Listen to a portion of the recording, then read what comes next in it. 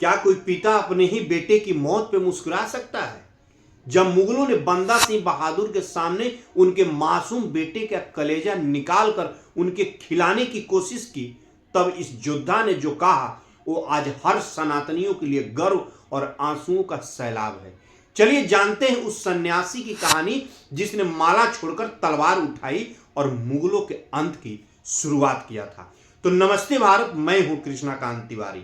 यह इतिहास इसलिए खास है क्योंकि यह एक शांत साधु के महाकाल बनने की कहानी है। यह कहानी आपको बताएगी कि जब एक सनातनी सन्यासी शस्त्र उठाता है तो बड़े बड़े साम्राज्य ताश के पत्तों की तरह ढह जाते हैं। क्या आपने कभी सोचा है कि एक साधु जिसकी उंगलियों में केवल माला रहती थी, उसके हाथों में ऐसी तलवार कैसे आई जिसने मुगल साम्राज्य की जड़ों को भी हिला दिया था?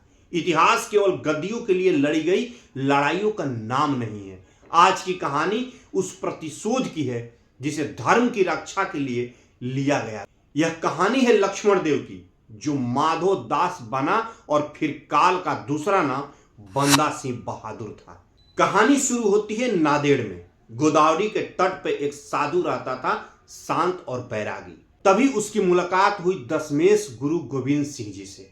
गुरु जी ने उसे सरहिंद के नवाब वजीर खान के उन जुल्मों की कहानी सुनाई, जिसे सुनकर पत्थर भी रो पड़े।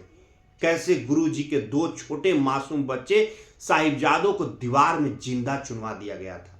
साधु के आंखों में आंसू थे, लेकिन मुठियां खींच गई।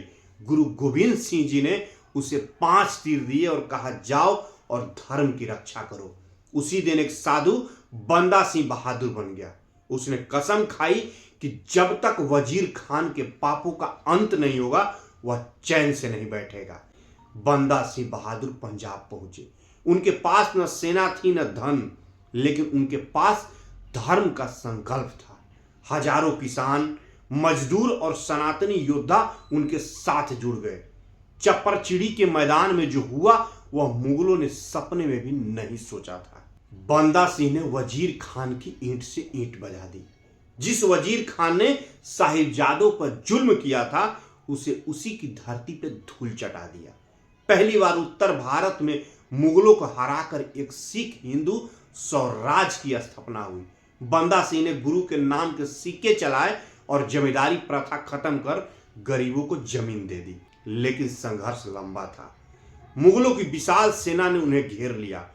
8 महीनों तक गुरुदास नंगल की किलों में वो भूखे प्यासे लड़ते रहे। अंततः उन्हें कैद कर दिल्ली लाया गया। उन्हें और उनके 740 योद्धाओं को दिल्ली की सड़कों पर घुमाया गया ताकि लोगों के मन में खौफ पैदा हो। रोज 100 योद्धाओं को शहीद किया जाता, लेकिन एक ने भी इस्लाम स्वीकार नहीं किया। अब आता है वो मंजर जो आपके कलेजे को चीर देगा। मुगल सम्राट फर्रुखसियर ने बंदा सिंह के छोटे बेटे अजय सिंह को उनकी गोद में बिठाया और कहा, इसे अपने ही हाथों से मारो या इस्लाम कबूल करो। बंदा सिंह चुप रहे।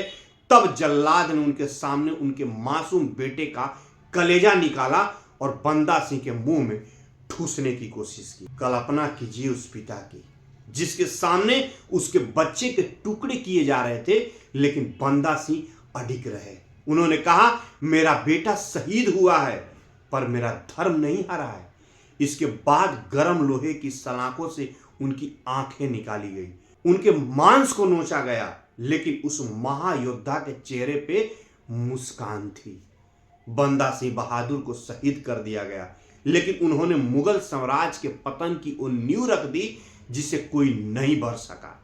उन्होंने सिखाया कि जब अत्याचार सीमा पार कर जाए तो साधु को भी शस्त्र उठा लेना चाहिए।